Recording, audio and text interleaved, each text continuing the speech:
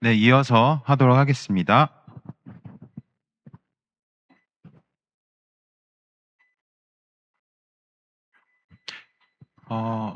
익숙한 기억나시는 화면이신가요? 네, 보셨던 부분이죠. 몇 가지 제가 인용해서 가져왔습니다. 다시 한번 상기하면서 보는 시간인데요. 여러분들, 여기서 관찰, 해석, 적용이 귀납적 성경 연구의 핵심적인 부분이라고 말씀을 다시 한번 드렸습니다.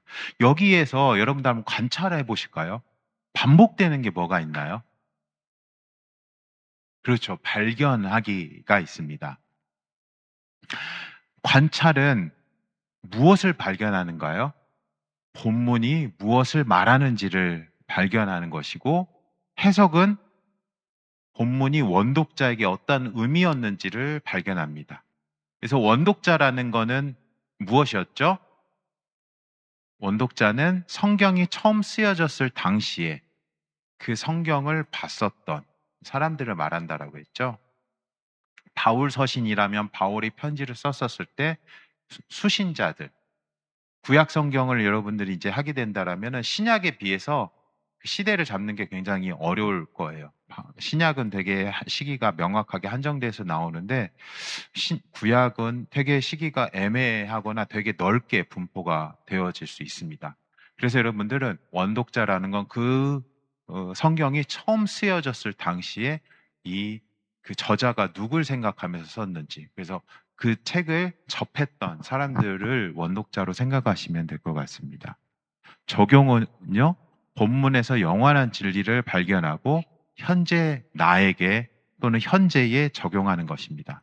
여기서 본문이 관찰이 굉장히 중요하다라고 거듭 제가 말씀을 드렸고 앞으로도 드릴 건데, 본문이 무엇을 말하는지 부분이 여러분들이 한번 적으실 수 있으면 적어주셨으면 해요. 영어를 해석하다 보니까 저렇게 나오는데요.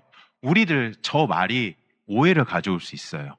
뭐냐면 여러분들, 우리 여러분들은 그런 적이 없겠지만 저는 부부싸움을 여러분들 항상 좋으시겠지만 부부싸움 할 때 많이 하는 말 중에 하나가 내가 뭔 말하는지 알고 있어?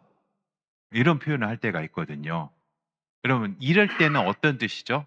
내가 그냥 문자적으로 무슨 말 했는지를 알아듣는 게 아니라 내가 그래서 뭔 얘기를 하려고 하는 건지 네가 알고 있어? 라고 하는 경우에 이 말을 많이 쓰잖아요. 내가 무슨 말 하는지 네가 알고 있어? 내가 보니까 모르는 것 같아. 이럴 때 뜻하는 건 해석이에요.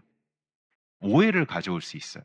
여기 보면 그래서 저 표현을 좀 더 한국어, 우리의 상황에 맞게 바꾸어서 번역을 하면은 본문에 무엇이 있는가, 또는 본문에 무엇이 적혀져 있는가로 보시면 되는 거예요. 그래서 관찰은 본문이 무엇을 말하는가에 원래 하고자 하는 의도, 뜻이 뭐냐면 저 번역이 맞거든요. 그런데 많이 하다 보니까 오해를 해서 다시 정정한 표현이 본문에 무엇이 있는가, 사건 현장에 어떤 물품들이 있는가, 이 물품이 무엇을 말하는가가 아니라 사건 현장이 무엇을 말하는가는 해석인 거고요. 이것이 어떤 증거들이 있는가를 보는 것이 관찰입니다. 그래서 제가 계속 강조하는 거가 뭐라고 했죠? 관찰과 해석을 분리하는 게 귀납적 성경 연구에서 핵심적인 부분이라고 했잖아요. 여러분들은 본문이 무엇을 말하는가의 원래 의도, 뜻은 뭐다? 본문에 무엇이 적혀져 있는가, 무엇이 있는가를 보는 것이다로 이렇게 기억하셨으면 좋겠습니다.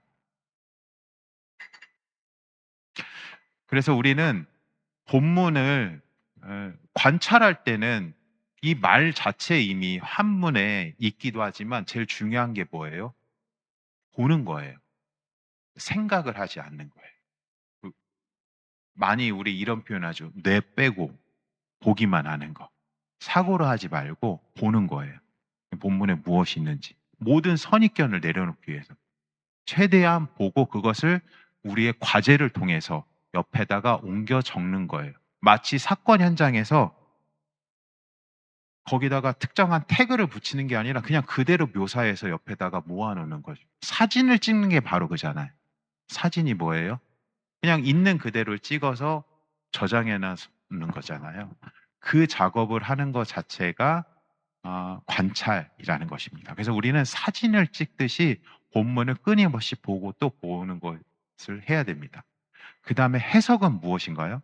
본문이 원독자에게 어떤 의미였는지를 보는 것입니다. 이 부분은 여러 단계로 해석은 되게 넓어요. 스펙트럼이. 어떤 의미냐면은 여러분들 제가 예를 들어 드리면은 우리는 당근을 할 때 조심해야 된다. 이런 문장이 있어요. 성경에.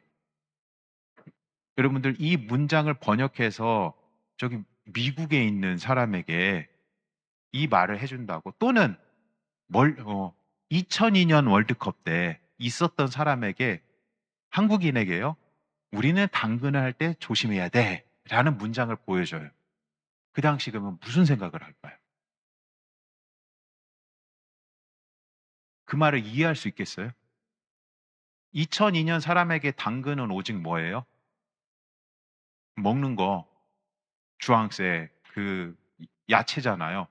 근데 무슨 당근을 먹는 것도 아니고. 그런 거 있잖아요. 당근하고 오이 같이 먹으면 안 좋다. 아세요? 예. 요리 많이 관심 있으신 분들은 혹시 들어보셨을 거예요. 그걸 말하는 건가? 당근에서 주의할 게 그거 말고 뭐가 저는 안 떠오르거든요. 먹는 거예요. 그러면 그 말을 하는 거구나. 이렇게 갈 수가 있죠. 그런데 지금 우리 한국인이라면 너무 잘 알고 있죠.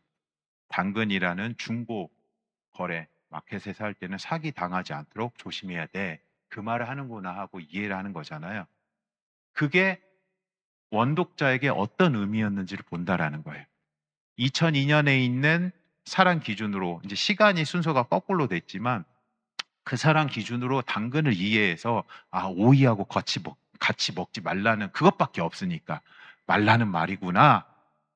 표현이 그냥 이렇게 됐나 보구나 하는 게 아니라 지금 현재 이 당근이라는 것이 무엇인지를 이해하고 그거에 대해서 보는 것이 필요한 거죠. 그래서 여러분들 음, 뭔가 이렇게 상충되는 말 같지만 성경은 누구나 다 볼 수 있도록 하나님 주셨다라는 거지만 공부가 필요한 이유는 이런 당근에 대한 정보가 필요하기 때문에 그런 거예요. 근데 그건 어려운 게 아니다. 네. 다만 그 시대 사람들에게는 설명하려면 한참 걸리겠죠. 이런 질문하겠죠. 왜 하필 이름을 당근이라고 했는데 당신의 근처에 있어서 당근이야? 그러면 왜 오해받게 그렇게 하는데? 뭐 여러 가지 우리는 질문이 올 수 있겠죠. 그런데 이런 설명하고 이해하는 과정이 필요한 것들을 우리가 하고 있는 거예요. 학문적으로 무슨 블랙홀의 빅뱅 어떻고 이런 걸 다루는 게 아닌데 우린 성경 볼 때 너무 그렇게 접근하게 돼. 그런 게 아니라는 거죠. 원독자에게 어떤 의미가 있었는지를 보는 것이 해석입니다. 저 하면서 계속 반복할 거예요. 제가 강의할 때 아내가 가장 지적하는 거 첫 번째, 말이 느리다. 두 번째, 고만 좀 반복해라. 네. 근데 저는 계속 반복할 겁니다. 중요하고 반복적으로 어떤 분들에게 도움이 또 되기 때문에. 자, 다음에 적용. 적용은 발견하는데 이것이 본문에서 영원한 진리를 발견하고 그것을 누구에게 현재에. 그러니까 관찰은 거기에 뭐가 있는지를 사진 찍듯이 보는 것이고 그래서 그것이 무슨 의미를 하고 있는지를 해석을 통해서 원독자에게 있는지를 보는 것이고 그것을 현대에 가져오는 것. 지금 살고 있는 현대 독자들에게 가져오는 것이 적용이라는 것입니다.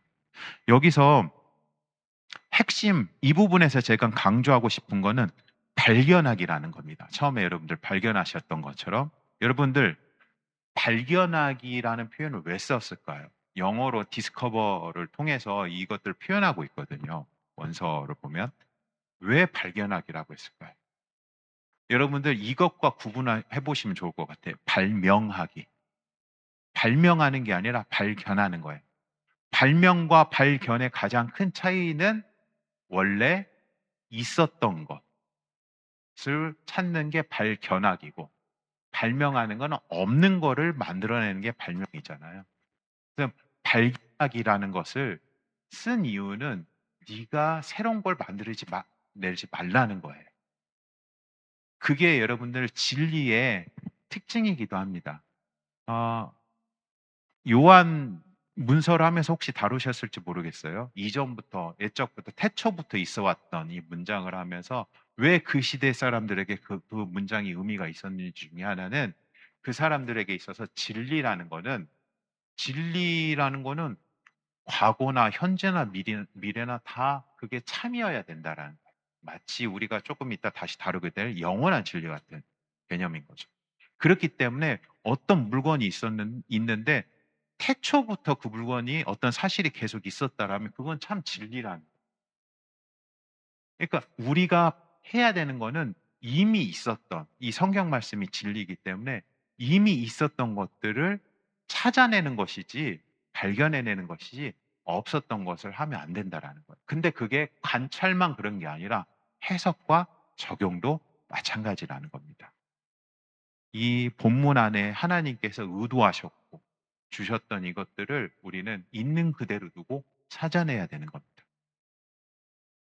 발명을 하는 거는 주관적인 방법에서는 발명을 하기도 합니다. 그래도 된다라고 했죠.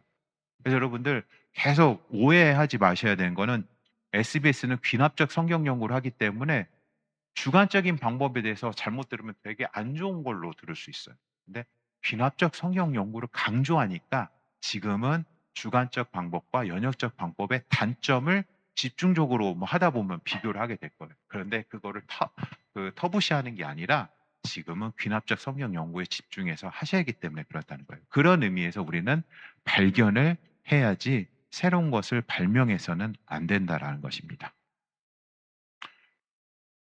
자, 첫 번째, 귀납적 성경 연구의 핵심이 관찰, 해석, 적용이라는 세 가지가 무엇인지에 대해서 봤고요. 이 그 공통된 것은 뭐냐? 발견을 해야 된다라는 겁니다. 또 하나 뭘까요? 관찰, 해석, 적용이 있는데 여기서 핵심적인 거는 요겁니다. 관찰, 해석, 적용 단계로 가야 된다라는 거. 이어져 있다라는 거. 이런 경우가 있어요. 하나님의 창조물인 우리는 참으로 놀라운 존재예요. 관찰 따로 해석 따로 적용 따로 할 때가 있습니다. 우리의 과제가 그럴 때도 있고 우리의 연구가 그럴 때가 있어요. 관찰은 이렇게 했는데 해석은 B라고 했는데 적용은 C예요. 단계적으로 A, B, C가 된 거면 좋겠지만 이게 완전 다를 경우가 있거든요. 그런데 귀납적 성경 연구는 그래서는 안 되고 이것이 단계적으로 순차적으로 이루어져야 된다라는 거. 그것이 귀납적 성경 연구의 핵심입니다. 자, 귀납적 성경 연구의 핵심 하나로 하면은 관찰과 해석을 분리하는 것이다. 그래서 관찰할 때는 관찰만 하고 해석할 때는 해석만 해야 되고 적용할 때는 적용만 해야 되는 거다. 두 번째, 그런데 그 단계들이 다 유기적으로 연결되어 있어야 된다. 논리적으로.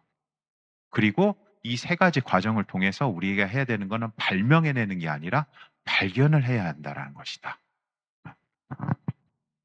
다음에 빈칸을 보도록 하겠습니다. SBS는 귀납적 성경 연구가 있고 그 다음에 땡땡땡 해석을 하는 곳입니다. 어떤 해석이죠? 그렇습니다. 원독자 해석. 누군지 모르겠는데 어디서 마치 성령님이 말씀하는 게 저 방금 들렸어요. 원독자 해석. 원독자 해석을 하는 곳이 SBS 핵심 중에 하나입니다. 원독자 해석은 원래 독자, 오리지널 리더 해서 원독자라고 하죠. 원래 독자. 여러분들도 성경의 독자잖아요. 그런데 원래 이 성경이 처음 쓰여졌을 당시에 이 성경을 처음 받아본 그 시대의 사람들을 말하는 거가 원독자입니다. 여러분들이 신약에서 특별히 바울 서신으로 보통 이 방법론을 시작하게 됐거든요. 그러면은 원독자의 개념이 이 책을 받아본 사람으로 하게 돼요. 그게 근본적인 개념이 맞아요. 그런데 이제 여러분들은 구약을 가시게 되죠. 구약에 있는 역사서들, 특별히 선지서 같은 경우에도 일부 그러는데 역사서들 누가 이걸 받아봤어요? 편지로 쓴 게 아니에요. 네. 이걸 그러면은 누굴 독자로 할 거예요? 원독자의 개념을 신약에서는 처음에 접할 때 특히 서신서의 특징상 굉장히 좁힐 수 있고 좁혀서 봐야 되거든요. 구약을 하실 땐 넓혀져요. 때 이 넓혀진다라는 것이 막 포로기 이전부터 후기 막 이런 게 아니라 그냥 넓게 보는 거예요. 예를 들면은 모세오경. 모세오경 언제 쓰여졌다라고 봐야 될까요? 모세오경은 어, 이런 게 있습니다. 우리 모세오경을 포로 귀환한 이후에 후기로 보는 설이 있고 막 문서서 이런 부분들 들어보셨을 거잖아요. SBS는 이런 거에 대해서 어, 얘기하지 않아요. 그냥 이 부분은 우리는 전제를 깔고 갑니다. 모세오경은 모세가 썼다. 예. 이걸 학문적으로 논쟁으로 갖고 가면 결론이 안 나게 되고 해서 논쟁이 될 수 있거든요. 그래서 여러 가지 설들 중에 가장 클래식하고 또 많은 사람들이 받은 받아들이고 있는 조금 이제 하다 보면 어떤 분들은 되게 그거 옛날 관점이네 할 수도 있는 그러나 우리는 그렇게 여기고 있는 모세오경은 모세가 썼다라는 겁니다. 그렇게 따를 때 모세오경은 언제 쓰여졌을까요? 뭐 갈라디아서 언제 쓰여졌을까? 딱 특정한 시기가 좁게 가잖아요. 뭐 1, 2년 안으로. 근데 모세오경 본문을 보면은 출애굽기 보면은 그때 써서 낭독했다라는 표현이 있어요. 요 본문 낭독한 걸. 그리고 하나님이 기록하라고 했다. 기록하고 낭독하게 했다. 그러면 어떤 본문은 그 당시 쓰여진 거예요. 시내산에서. 레위기. 여러분 상식적으로 생각해 보세요. 레위기에 수많은 규례들이 나오잖아요. 그거를 하나님이 너 잘 들어. 이거 너 지키면 복 받고 안 지키면 죽어. 하면서 계명들을 막 수백 개를 얘기해 줘요. 얘기해 주는데 여러분이 모세라면 암기했다가 나중에 한시기에 적으시겠어요? 말씀하는 그 순간에 적을 겁니다. 그리고 그것들을 모아뒀다가 나중에 다시 한번 퇴고를 하겠죠. 전체를 모아서. 그래서 모세오경은 출애굽한 당시부터 시작해서 마지막 모세가 가나안 땅에 이제 이스라엘 백성이 들어가기 전에 죽잖아요. 그때까지 해서 쓰여졌고 최종 시기를 이제 가져옵니다. 그래서 그 최종 시기가 언제예요? 당연히 40년 후에 광야에서 40년 후에 이때를 기준으로 이렇게 잡아가는 거예요. 그래서 우리가 그때를 원독자 시대로 이렇게 보게 됩니다. 그래서 모세오경 본문을 하다 보면은 좀 넓게 갈 때가 있어요. 그 시내산에서 쓰여진 걸까? 이렇게 레이기 같은 경우, 출애굽기 같은 경우 이렇게 생각되어질 부분이 있는데 약간 40년이란 기간이 있지만 어찌됐든 최종적으로 완성된 거는 40년 후다. 여러분 열왕기 어때요? 저기 열왕도표가 걸려 있어서 나중에 보실 텐데 저기 중간에 길게 가 있는 거예요. 40년은커녕 수백 년의 기간 동안의 일이에요. 저걸 언제 썼을까요? 가장 마지막 사건 언급되어진 그 이후에 쓰여졌겠죠. 그 시기 근처로 보고하게 되어지는 겁니다. 저 기간 동안이 아니에요. 모세오경하고 다른 거 부분은 모세오경도 보면 사실 창세기는 그 출애굽 이전 기간이 훨씬 수천 년이죠.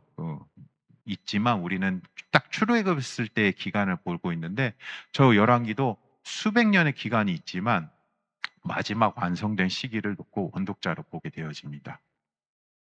그 원독자의 시기에 맞춰서 우리는 보게 되어지는 거고 서신서하고는 다르게 대상이 좀 폭넓어요. 불특정 다수예요. 이스라엘 전체 백성 이런 식으로 되어지게 되거든요. 그러면 이럴 때는 원독자 해석이라는 거는 좀 그 시대의 언어와 이런 걸로 보자는 거예요. 앞서 제가 당근 얘기했잖아요. 당근이 뭔지를 2002년 사람의 기준으로 보는 게 아니라 현대에 살아가는 그 당근의 시대에 살고 있는 사람으로 그 당근이란 말을 이해하자. 이 정도가 원독자 해석을 하게 되어지는 겁니다. 구약을 볼 때 여러분들 신약에서는 우리가 많이 보는 것 중에 구속사적 관점의 해석이라는 게 있어요. 하나님께서 어떻게 구속하셨는지 그의 백성들을 신약에는 예수님이 오셨기 때문에 합쳐져 있어요. 많은 경우 구속사적 관점의 해석과 원독자 해석이 합쳐져 있어요. 구약에 가면 어때요? 몰라요. 그 당시 사람들은 예수님이 누군지 몰라요. 하나님의 구속사가 역사 가운데 녹아 들어가 있어요. 여러분들 정확한 원독자 해석을 하면은 틀린 해석할 수밖에 없어요. 왜냐하면 구약 시대 사람들이 예수님에 대해서 심지어 어땠어요? 예수님이 오셨을 때 구원자로 받아들이지 않았잖아요. 메시아로 받아들이지 않았잖아요. 정확한 원독자 해석하면 우리는 실패한 해석을 따라가야 돼요. 이스라엘 백성이 역사 가운데 어땠어요? 하나님을 계속해서 배반했잖아요. 그래서 저 열왕 도표가 끝이 있는 것처럼 멸망했잖아요. 그래서 구약 해석을 하다 보면은 구속사적 관점의 해석을 많이 할 때가 있어요. 네, 여러분들 그것과 별개로 원독자 해석을 끊임없이 하셔야 됩니다. 왜냐하면 구약 성경을 하나님께서 우리에게 주셨을 때 너희들은 이거 온전히 이해 못할 거야. 나중에 이해할 수밖에 없어. 그래서 비밀스러운 문서로 마치 예언서처럼 나중 알라고 주신 게 아닙니다. 특별히 나중에 선지서 할 때 선지서 개론도 아마 하시겠지만 선지서 같은 경우 예언이 있으니까 미래의 일을 얘기하나? 아니요. 하나님께서 선지서를 주신 이유는 너 미래에 이런 일이 있으니까 대비해가 아니라 지금 너의 삶을 당장 바꿔 그런 겁니다.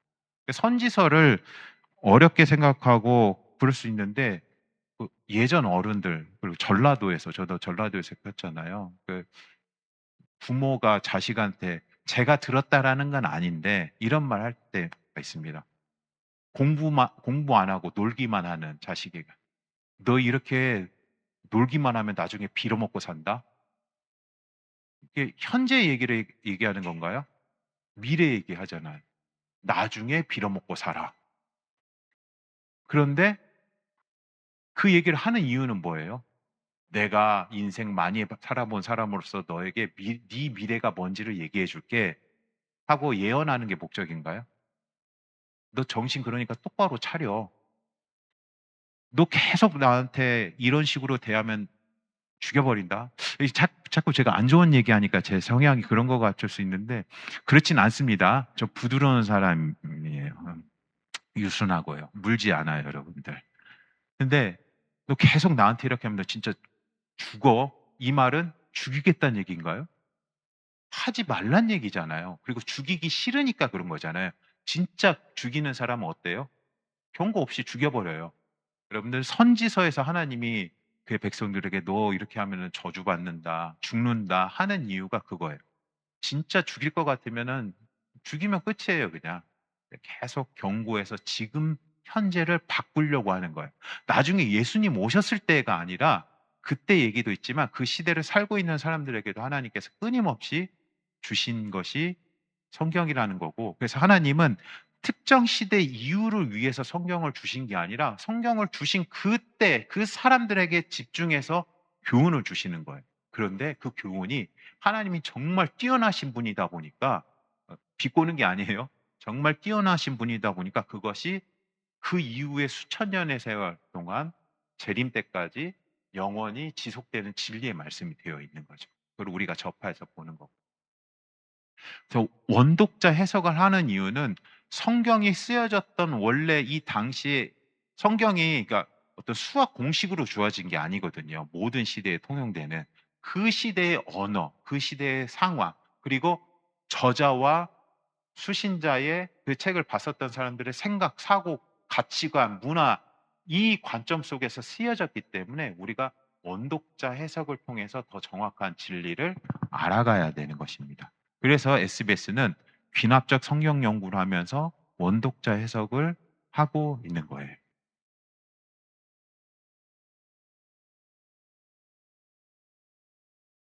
그래서 원독자라는 거를 정리하면 너무 어렵게 생각하실 게 아니라 너무 당연한 얘기다. 그 당시의 언어로 쓰여졌기 때문에 그 배경 속에서 쓰여졌기 때문에 그 속에서 파악을 하는 것이다. 라고 생각하시면 됩니다. 이 부분 한번 읽어볼까요? 시작.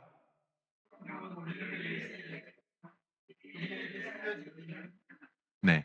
성경, 여기서 우리는 적용하면 지금 나도 되겠지만 성경을 읽어왔던 수많은, 그리고 앞으로도 읽게 될 수많은 사람들이 되겠죠. 하나님은, 놀라우신 하나님은 그 모든 그 성도들을 향해서 이 성경을 주셨어요. 하지만 직접적으로 우리에게 쓰여지지는 않았습니다. 여러분, 십계명 여러분들에게 직접적으로 주어진 건가요? 출애굽기에 보면 이렇게 나와요. 다른 어떤 민족에게도 이와 같이 하지 않았고 오직 너희 이스라엘 너희와 맺은 언약이다. 십계명은 여러분들하고 아무런 관련이 없어요. 법적으로 얘기한.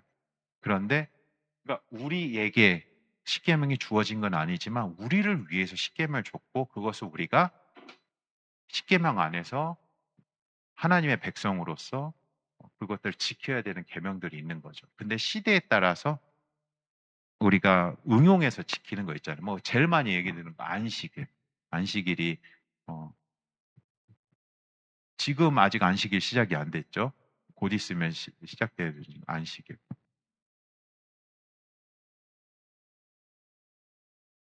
다음에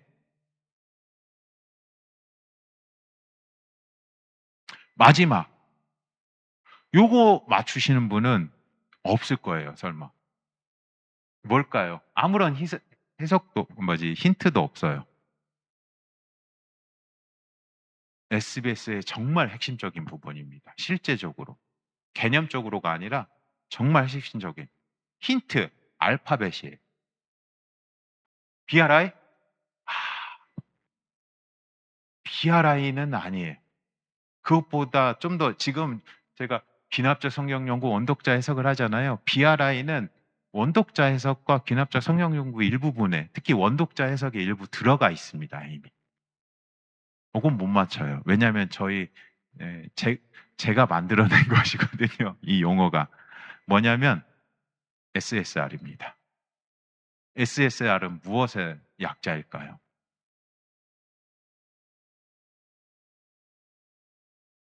이런 거 하면 되게 알 수도 없는 거 질문하면 짜증나지 않으세요? 네. 여러분, SBS는 성경을 읽고 진리를 발견해서 적용하는 것이 SBS의 중요한 원리이고 가치입니다. 다시요. 성경을 읽고 진리를 발견해서 적용하는 것. 제가 이 설명하고 있지만 여러분들은 속으로 SSR이 저기서 어떻게 나오지 그 생각을 하고 계셨겠죠? 네. 여기에 없어요. SSR은 여기 하나를 더한, SSR을 더해야 돼요. 각 단계에. 그게 뭐냐면, 스스로. 스스로 성경을 읽고, 스스로 진리를 발견해서 스스로 적용하는 것입니다. 네. 저희 간사님 중에 한 분이 신승라 간사님 있어요. SSR 했을 때 이분이 학생일 때 자기 얘기하는 거라고. 자기는 타고난 SBS 강사라고 그런 분이 계십니다.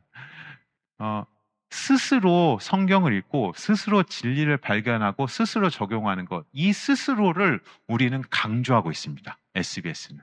그래서 여러분들 제가 이제 다음 주 월요일에 또 SBS 이제 DTS 수료하는 분들에게 콜링을 하고 가거든요. 그러면 할 때마다 요걸 보여주면서 이 사진을 보여줍니다. SBS가 어떤 곳인지 얘기할 때. 어때요? 체육관에서 지금 이 밧줄 가지고 운동하는 장면입니다. 이 운동하는 거 있는데 여러분들 유튜브나 책들 보면 성경에 좋은 강의들이 엄청 많이 있어요. SBS는 가장 뛰어난 강의를 제공하는 곳이 아닙니다. 더 뛰어난 분들이 훨씬 많아요. SBS에서는 그래서 여러분들이 강의만 들어야겠다. 내가 좀 가만히 자리에 앉아서, 물론 그것도 큰 헌신이죠. 이 졸음이 오는 시간에, 그리고 주말에 나와서 강의를 듣는 것도 큰 헌신이고 되게 많은 노력이 필요한 부분입니다. 그러나 거기서 그치지 않고 SBS는 더 강조하는 거는 이 개념, 체육관 개념을 가져온 것이죠. 여러분 유튜브에 보면은 성경 강의도 있지만 또 뭐가 있냐면 운동하는 법이 있어요. 제가 한때 김계란이라는 유튜버를 좋아했거든요. 많이 봤어요. 김계란이 특수부대 출신으로서 막 체육관에서 운동 많이 하는 거 엄청나요. 다리가 다쳐서 휠체어를 앉아 있는데 휠체어를 매단 상태로 이걸 해요. 제가 지금 50견이 와서 이쪽이 안 올라가는데 이렇게 하고 막 매달려서 운동하고 엄청 봤어요. 그래서 제 몸에 근육이 붙었나요? 제가 막 근육남이 되었나요? 제가 영상 본 걸로 하면 저는 진작에 여기 식스팩 있어야 돼요. 지금 삼자가 있는데 삼자가 아니라 식스팩 있어야 되고 근육질에 살 더 쫙 빠져가지고 그래야겠죠. 그런데 나 그 정확한 운동을 소개해주는 영상을 그렇게 봤는데 왜 안 됐어요? 저 근육이 왜 안 늘어났어요? 뭐라고요? 그 운동을 안 해서. 여러분들, 내 몸에 근육이 쌓이려면, 내 안에서 이 살덩어리가 빠지려면, 지방덩어리가 빠지려면 뭘 해야 되나요? 아무리 좋은 영상 수천 번을 봐도 안 빠져요. 그 시간에 역기 한 번이라 들거나 앉았다 일어났다 한 번이라도 하면은 근육이 조금이라도 붙습니다. 여기서 중요한 개념이 뭐예요? 그냥 다른 사람이 소개하는 걸 듣고 보기만 하는 게 아니라 내가 스스로 운동을 해야 된다라는 거예요. SBS의 과정의 핵심이자 가장 큰 메리트는 뭐냐면 여러분들이 그렇게 할 수 있도록 한다라는 거예요. 여러분들이 성경 있는 근육이 실제적으로 늘어나도록 하는 게 우리의 목적이지 김계란처럼 좋은 운동 영상을 제공하는 거가 목적이 아닙니다. SBS에서 강의는 메인 수단이 아니라 보조 수단이고 메인은 여러분들이 스스로 연구하는 그 과제. 다시 한번 말씀드려요. 과제를 하기 위해서 연구하는 게 아니라 연구를 할 수 있도록 하기 위해서 내어드리는 그 과제. 그 과제를 통해서 여러분들의 성경을 보는 그 근육을 키우는 것이 SBS라는 학교의 본질인 것입니다. SBS는 뭐 하느냐? 저희들이 하는 건 이겁니다. 저거. 그 헬스장 가면 옆에서 거짓말 하시는 분들 있잖아요. 한 개만 더. 한 개 했는데 또 하나 더 하래. 못하겠는데 할 수 있대. 옆에서 할 수 있어요. 또는 하나 더! 독려하거나. 그리고 잘못된 자세로 운동하면 어떻게 돼요? 근육 다치죠. 그런 것들을 해주는 것이 바로 학교입니다. 학교는 여러분들을 격려하기도 하고 독려하기도 하고 잘못된 자세를 할 때는 그러시면 안 돼요. 근데 짜증내죠 이제 우리들은. 내가 하겠다는데 왜 이게 맞는 것 같은데 다친다니까요. 그러면 근육. 그렇게 보면 성경 잘못 해석하는 거랑 근데 그거에 대해서 끊임없이 말씀하고 이것들을 돕는 과정이 SBS의 본질인 것입니다.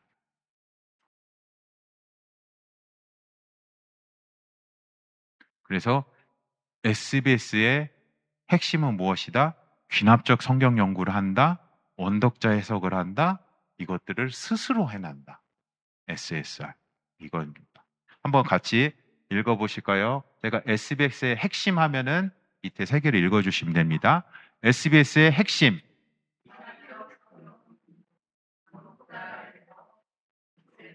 네. SSR은 이제 우리들만의 용어예요. SSR로 해야 된다.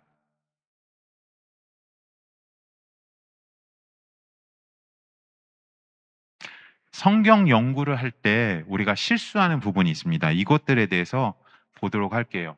성경 연구의 실수들이 있는데 그냥 세 가지 그냥 핵심이라기보다는 뭐라고 표현해? 대표적인 세 가지는 첫째, 배경 안에서 성경을 연구하지 않는 것.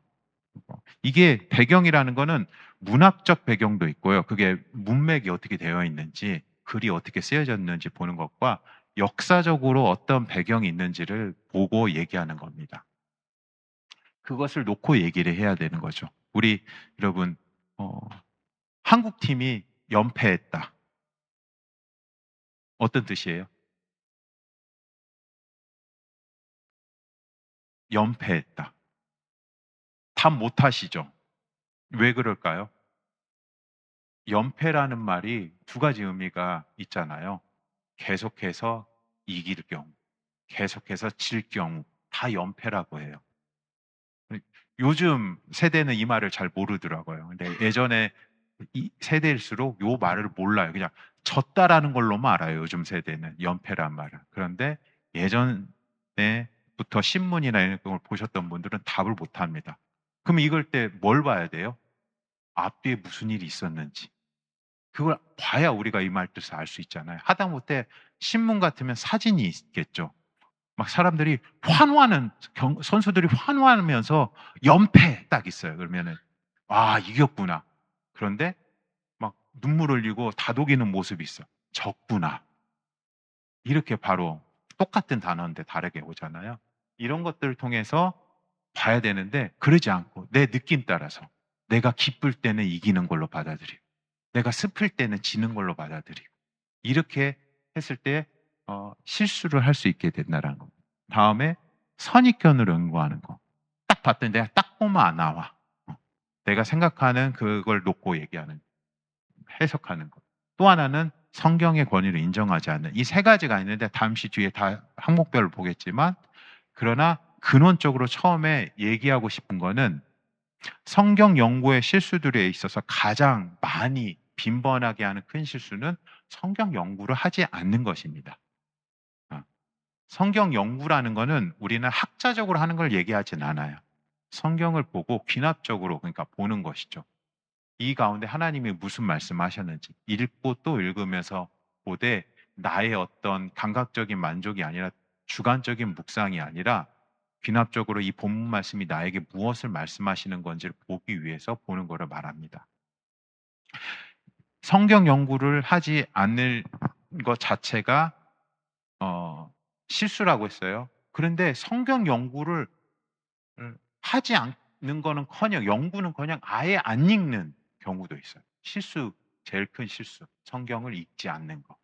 그런데 여러분들 이 두 개가 상충될 때가 있거든요. 뭐냐면 성경 연구를 엄청 많이 해요. 그런데 성경을 읽지 않아요.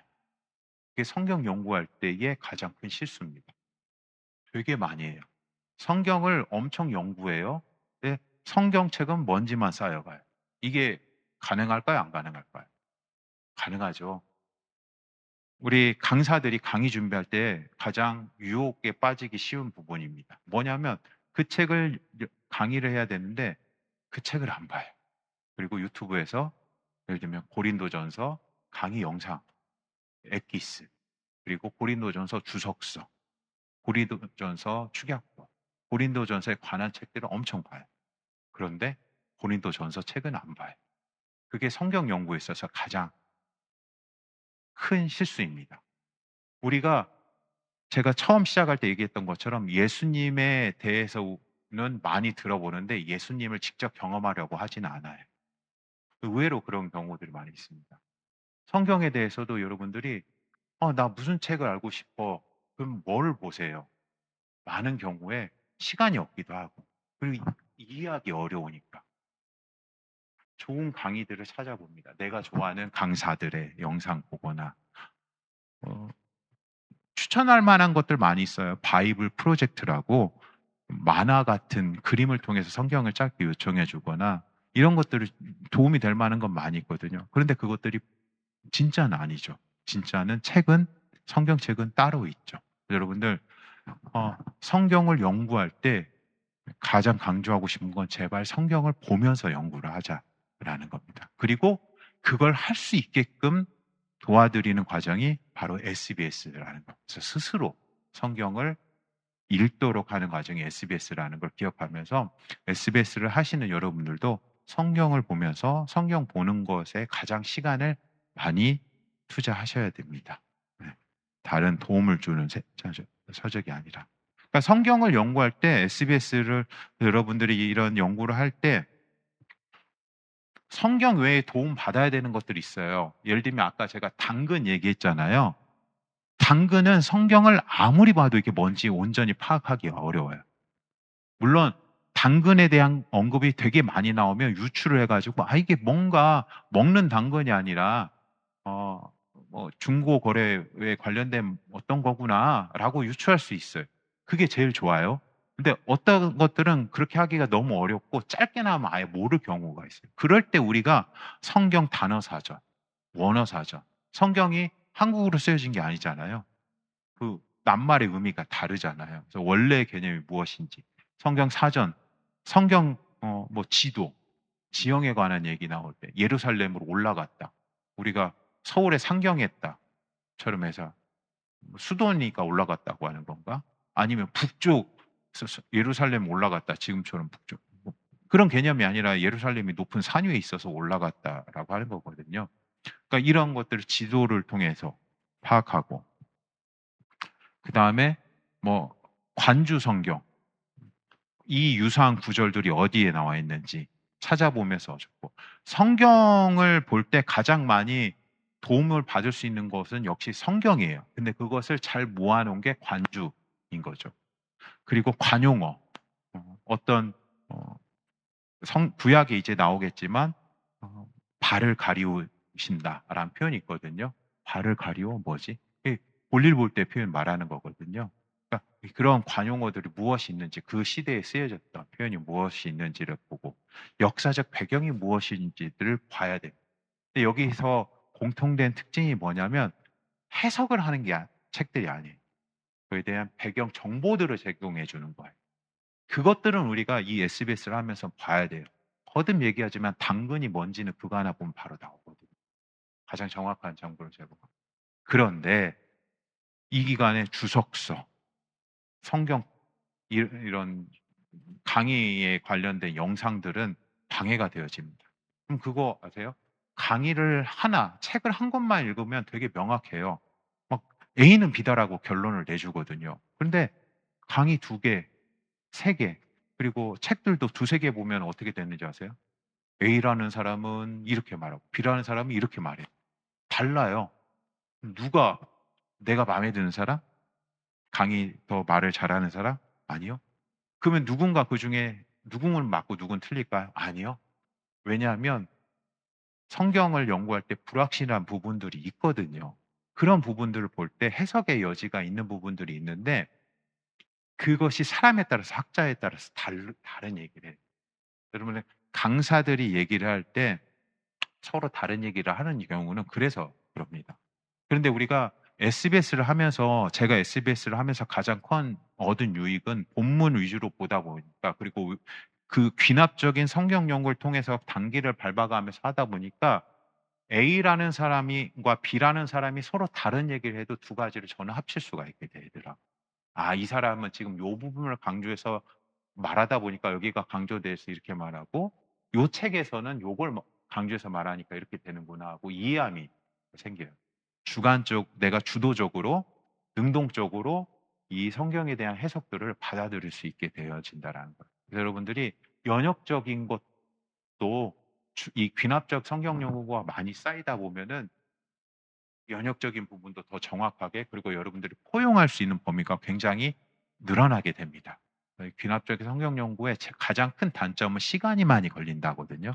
그리고 되게 답답하고 끊임없이 나 자신을 내려놔야 되고 해야 되는데, 이것이 시간이 쌓이면은 나중에는 오히려 더 어떤 빨리 볼 수 있게 되어지는 힘을 얻게 되어지고 포용력이 너무 넓게 되어지는 것을 하게 되어집니다.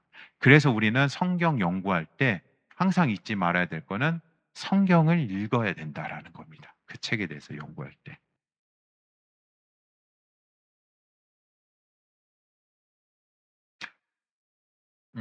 다음에는 성경 연구의 실수들 중에 배경 안에서 성경을 연구하지 않는 것이 있습니다. 이것의 실제 예를 한번 볼게요. 그러니까 배경은 문학적, 역사적 배경이 있어요.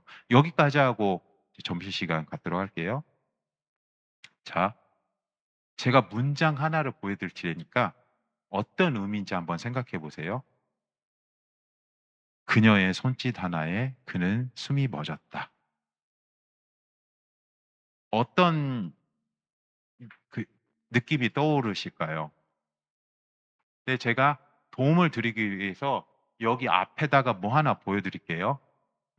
지금은 장르에 관한 얘기를 저는 하고 있어요. 문학적 그런 배경에 대해서. 사랑시.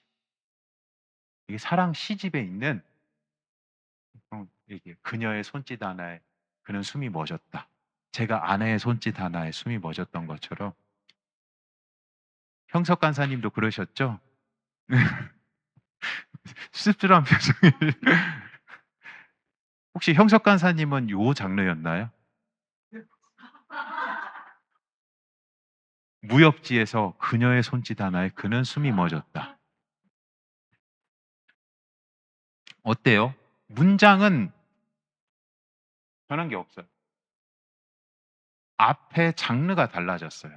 느낌이 달라지죠. 여러분 서태후 아세요?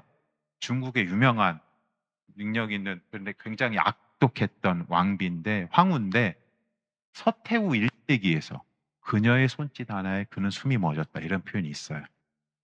모아서 볼까요? 동일한 문장이에요. 사랑시와 무협지와 서태후 일대기에서 그려지는 모습이 어때요? 다 다르죠.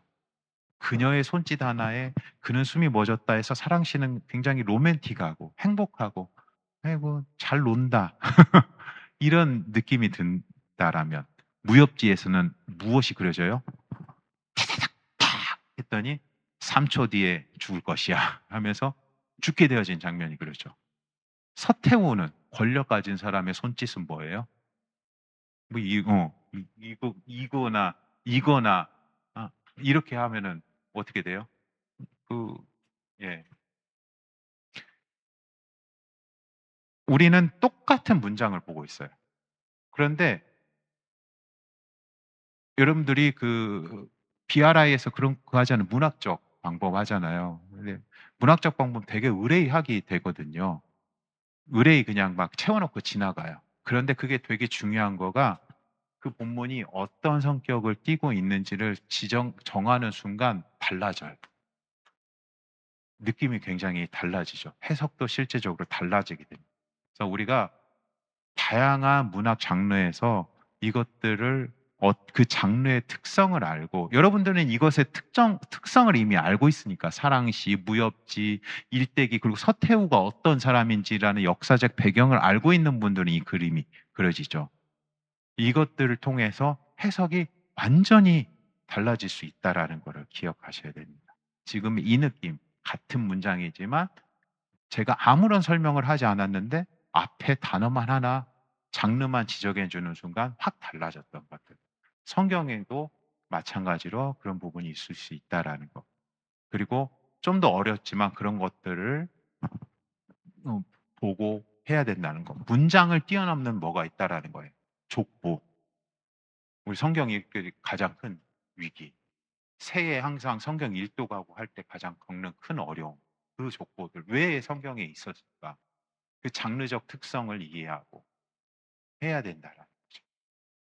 그런 특성 속에서 우리는 봐야 되는데 그렇지 않을 경우 이런 것들을 고려하지 않으면은 우리는 실수하게 된다라는 것입니다.